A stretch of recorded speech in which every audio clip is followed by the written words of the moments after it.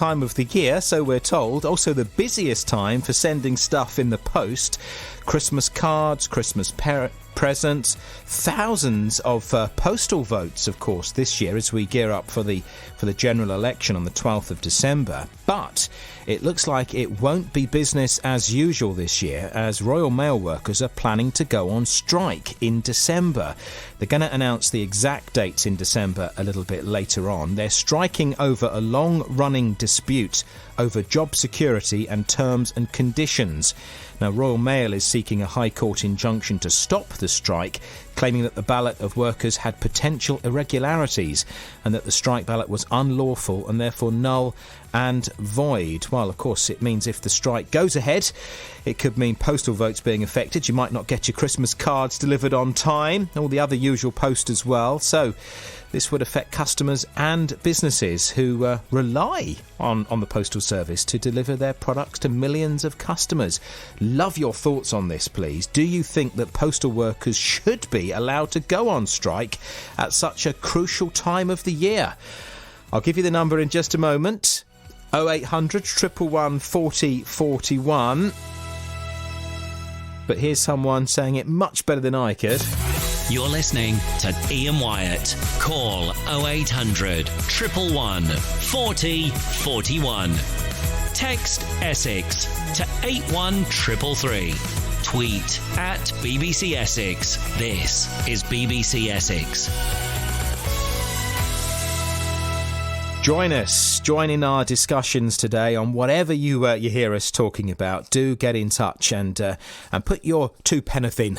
Good to hear from you. Let's find out more then about why thousands of workers have decided to call this action.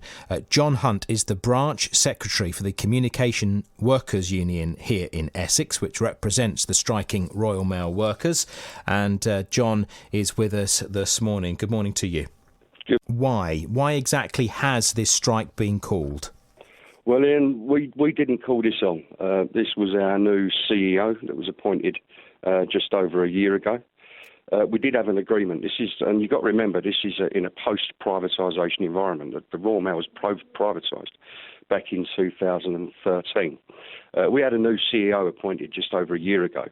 That decided to not honour our current agreement that was brokered, that moved this business forward. What that agreement did is it honoured our heritage, it gives scope for new initiatives, it protected the universal service obligation, which is the one price goes anywhere, delivering to every customer. It had a mutual interest culture, and it put discussing change at the heart of our relationship.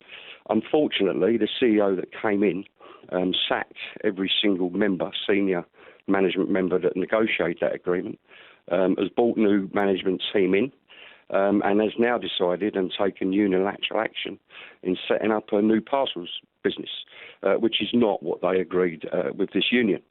So the difficulty that we've got, of course, is that we see this as a breakup of our company. So in terms of the postal services of this country, we are now witnessing the breakup of our business. We don't have the CEO that you mentioned with us this morning, but I do have some words from Royal Mail, and I will be bringing that statement to you after the travel news, which we'll pause for shortly. But I have to ask you before that, it's the big question, why now? You're deliberately targeting the pre-Christmas run-up, which will affect customers and businesses the most.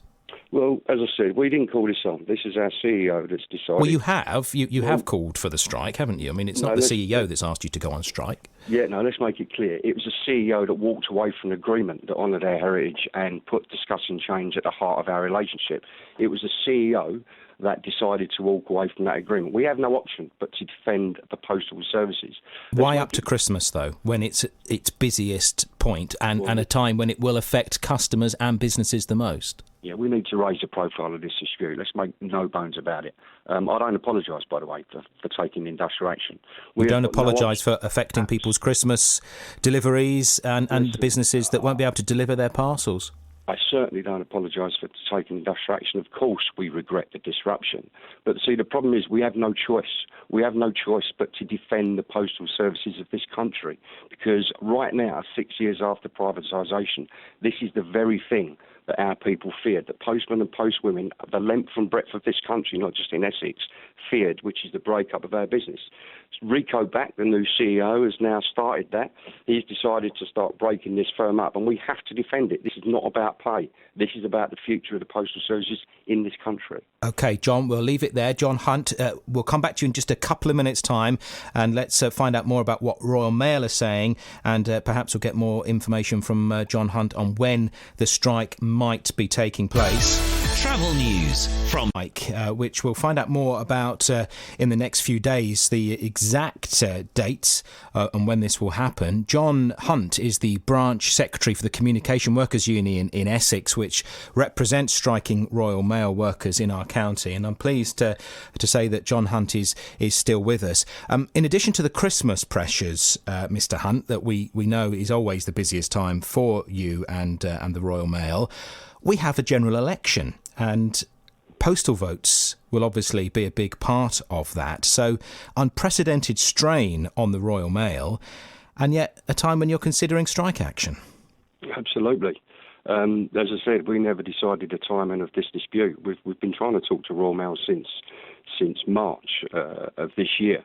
Unfortunately, Royal Mail walked away from those discussions and decided unilaterally to start following a direction of travel that's breaking this business up. So, the general election is going to fall foul to industrial action if it's called before Christmas. So, as you rightly said in your piece, that we don't know yet when the industrial action is going to be called. That's going to be within the next couple of days, and that is, of course, if it all goes well in court today, which, as you know, there's been a call from Royal Mail to stop the action. Yeah, they say, and let's bring their point of view in here, that Royal Mail say the strike ballot was unlawful. As you say, there's a court case going on at 10 this morning looking at this. They say it's unlawful, and they have evidence of members being pressured. Let me read this to you from the Royal Mail statement we've received. They say the union members were being encouraged to open their ballot papers on site, mark them as yes, with their colleagues present and filming or photographing them, doing so before posting their ballots together at their workplace post boxes. And Royal Mail say this has happened at as many as 72 of its sites, so not just one or two. What's your response to that? Well, if Royal Mail think going to court is going to win them back their staff, then it's seriously backfired. There's been absolutely no breach of the law here. No pressure on your union members then to open their ballot papers in public and to tick yes? No, people didn't open their ballot papers in public. We're in a unique position in Royal Mail. Postal people are in a unique position of working in Salton, which is where they live. Postmen and postwomen have, since time immemorial in the post office, been opening their own mail. If they live within the area of the Salton office, they will open their own mail. Royal Mail may say that they don't, but let's be honest, it happens all of the time. Our people, 5,000 postmen and postwomen in Essex, 110,000 people in this country, by the way, a 76% turnout on that ballot with a 97% yes vote for industrial action. People were so angry that they did want to fill that ballot papers out then and there and put them in the post boxes. And you've got to remember this, is that trade unions now have got thresholds to follow. We had to achieve at least 50% of our people to vote. Otherwise, it would be a null and void ballot. So you see, there are unfair pressures, in my view, on trade unions in developing a dispute. But not only did we smash those thresholds in respect of getting over 50%, we had a 97% yes vote. That's over 86,000 and you can people. You can hand on heart tell me that you have heard no cases of union members being pressured to vote one way or the other. Absolutely not. Our postmen and postwomen are angry. Absolutely not. Of course, we encouraged our members to vote yes, because what's going on in this business is frankly outrageous. When does encouraging become pressurising? Well, listen, you know, I'm not going to get hung up on words. This is our It's quite important, though, isn't it? If union members have felt pressured to vote one way or another, that is an important point, isn't it? Well, it's a point, and I would imagine if that is the truth, that will come out in court today. I'd imagine Royal Mail would be providing evidence from our members where they felt pressured. And no doubt, if that comes out in court, then it will. I'd very much doubt it. I can talk on behalf of the members that I've spoke to around this county, and every single one of them are angry. Angry because We've got a CEO that's come into this business, a German national, that lives in Switzerland. As I say, the CEO is not with us. The postal services of this country. Let's look at the strike dates.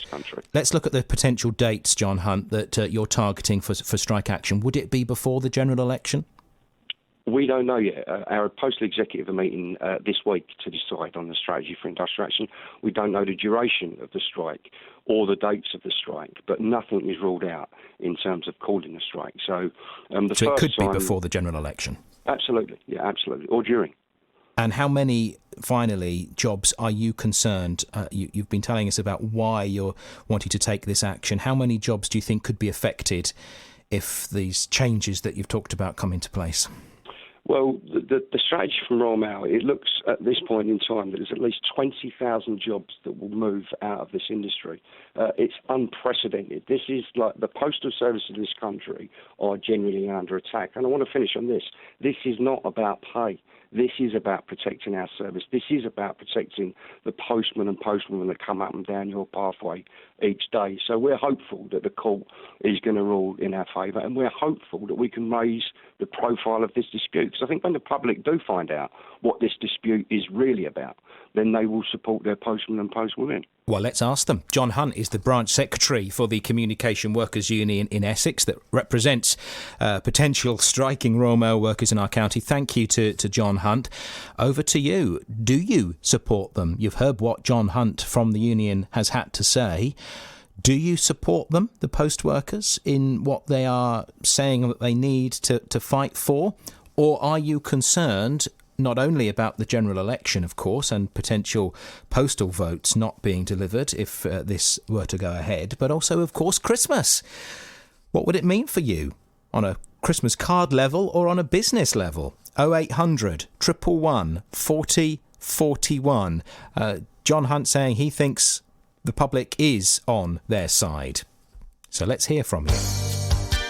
81333 if you'd fancy. Ian Wyatt with you on BBC Essex, in for Sadie till midday. So love your thoughts this morning on if you would support postal workers striking before Christmas. We heard there from our guest from the Communication Workers Union, John Hunt, here in Essex. He was saying that this, is not about pay. It's about the whole sort of restructuring, the whole future, really, of the Royal Mail and how it is organised. It could lead to widespread job losses. That is their concern. And he did not want to apologise at all. He said no, he does not apologise for the timing of this strike in the run-up to Christmas and with the general election. So it could be right on top of postal votes being delivered and sent back as well. So would you be supportive of their right to strike, or do you think Royal Mail have got a case here by saying, this is not the time to do it, particularly in the format of a general election? Love your thoughts. Ian Wyatt.